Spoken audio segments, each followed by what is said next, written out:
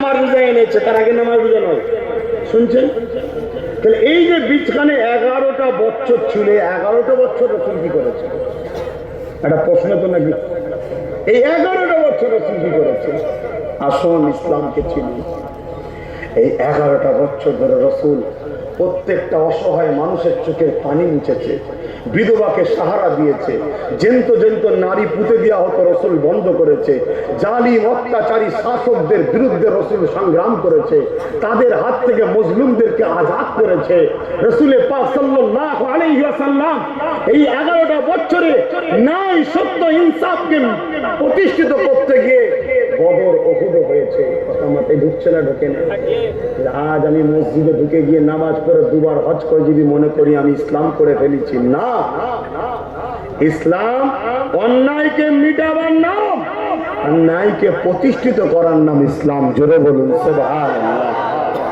এক মায়ের 4টে বাচ্চা, 4 জনই হাফেজে কোরআন, 4 জনের জিন্দগিতে সংসারের শখ সাধ সব কুরবান করে দিয়ে অন্যায়কে মিটাবার জন্য শহীদ হয়েছে।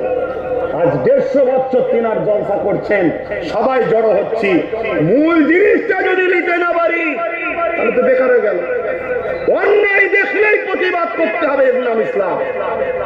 রাসূলের পাক সাল্লাল্লাহু আলাইহি সাল্লাম বলে দিয়ে গেছেন। এবারে কারো প্রশ্ন হতে পারে, হুজুর অন্যায় দেখলে প্রতিবাদ করলে তো মারবে, জেল হবে, জরিমানা হবে, কেস হবে, মারবে, কি করব? হুজুর বলছেন তোমাদের জন্য আমি রসুল সহজ করে দিলাম। জোরে বলুন সুবহানাল্লাহ।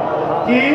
ক্ষমতা থাকলে হাত দিয়ে রোখো, যদি ক্ষমতা হাতে না থাকে মুখ দিয়ে প্রতিবাদ করো, মুখে যদি না থাকে কমসে কম অন্তর থেকে ঘৃণা করো। আর লাস্টের অপশনটা কেমন? কচু পাতায় পানি দিলে যেমন টলমল করে, এই ইমানটা হলো টলমল ইমান। এই কথাগুলো শুনে কষ্ট পেলেন কেউ? এটা আওয়াজ দিয়ে বলুন কষ্ট। ইসলাম বলছি আমি, ইসলাম বলছি। হ্যাঁ, এত সহজে দিন প্রতিষ্ঠিত হয়েছে। কারবালার ময়দানে আমার ইমামে পাক তিনি গিয়েছিলেন, তিনি কি নামাজ ছিল না, তিনার কি রোজা ছিল না, তিনার কি হজ যাকাত ছিল না। এ যুবকেরা, তুমিরা, বাপেরা, হ্যাঁ তিনার নামাজ রোজা হজ যাকাত ছিল। তারপর কারবালার মাঠে কি হয়েছিল?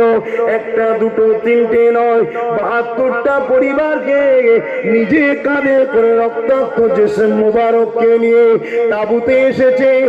আর প্রত্যেকবারই আল্লাহকে বলেছে, আল্লাহ আপনার রাহে কুরবান হয়ে গেল, আল্লাহ বা হুসাইনের কুরবানিকে কবুল করে না।